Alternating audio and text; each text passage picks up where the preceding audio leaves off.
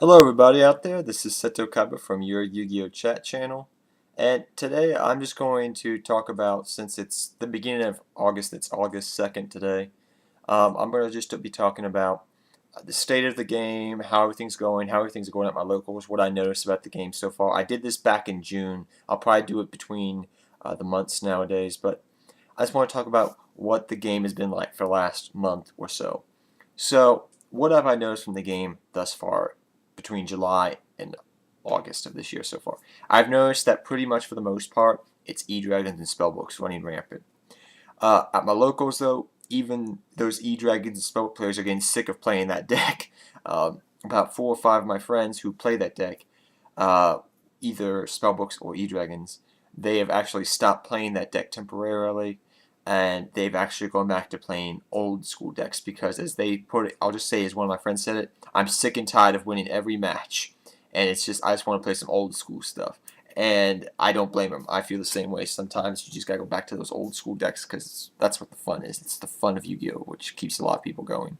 So, like, some of my friends, they picked up old hero decks. They're building Cyber Dragon decks, like I profiled earlier today. They're picking up old Gravekeepers, Six Samurais. They're doing a whole bunch of different other things. They're not just playing competitively. And a lot of people, if they're not playing competitively, they're just pissed off at this meta to no end. A lot of people, I'm noticing that. You look online, you talk to people, they want this meta to be over. It kind of feels like where I'm from in Northern Virginia that this meta ended pretty much August 1st. About 2 weeks ago, it ended. Like, after Nationals ended, pretty much everybody stopped playing E-Dragons and Spellbooks around where I was competitively, and they just went back to playing old, fun little decks. Very interesting thing. Luckily, a lot of people in my local play a lot of different decks. I'm not the one that runs the most decks, believe it or not, even though I run 12 to 13 decks at a time. One of my friends runs 20 decks. He can change them out, change cards. But he keeps a pocketbook of all the cards. But that's what I noticed from this meta so far. It's people want this meta to be over. People are looking forward to that ban list. I have to admit that it's one of those ban lists that people are anticipating. They're waiting. They can't wait for it to come out. They can't wait for next format to come because everybody's just sick and tired of this format. They, it's just gone to hell in a handbasket. And the funny thing is, though, about this format is that it's been, like I've said before, it's a mini format. It's a format within a format. For the first 3 months, just about March, April, and most of May, you had water as the main deck. The water was the be-all, end-all deck. It wasn't until late May, June, July, and now August that Spellbooks and Prophecy took over the main meta. People consider Ophion possibly the third deck, but that didn't even top at Nationals, so I don't. It's pretty much a two-man race in my opinion.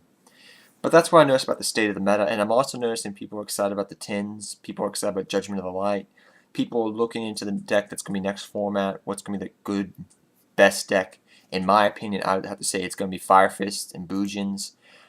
Maybe Harpies is going to play a part in that, maybe Madolches, maybe Constellars. I think it's those decks that are going to rise to the top. I think it's going to be a more diverse format, hopefully. you know, I don't think everybody's going to be playing Firefix Axis. That's a good deck, by the way. But I think people are going to be more diverse. That's why I usually notice that the bad formats, people get more diverse. They're going to play other decks they want to. And hopefully more old school players will come back to the game. Because Yu-Gi-Oh! Is just a fun game. You may quit, but you never truly quit the game, I've learned. But that is my status update for the. Oh, and also we know that not Rooster. We know Rooster's going to be coming out. We know Wolf Bear's coming out, and we also found out, I think it was a day or two ago, that they are going to have Bear be in the tins. So that's really everything. Everybody, it looks like they're going to promote Fire Fist a lot, and I think Bujins is also a deck you guys need to look into if you already not. It's a very fun deck to play. It can be very good. People think that deck just relies on hand traps. No, that deck is good. You just you got to get Yamato out there, and once you get Yamato out there, you're set to go.